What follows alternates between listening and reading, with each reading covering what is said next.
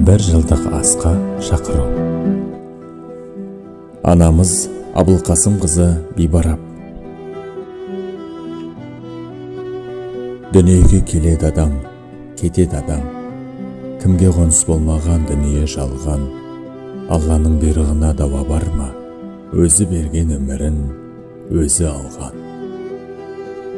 Сіз жоқсыз арамызда, жылап қала бердік біз артыңызда. Орның қалда ойсырап асыл анам. Не қыларсың, не істерсің бұл тағдырға? Не істерміз, өмірге бағынамыз, еске алып, өзіңді жабығамыз. Сол бір асыл бейнеңді жан анамай, аңсаймыз да, бәріміз сағынамыз.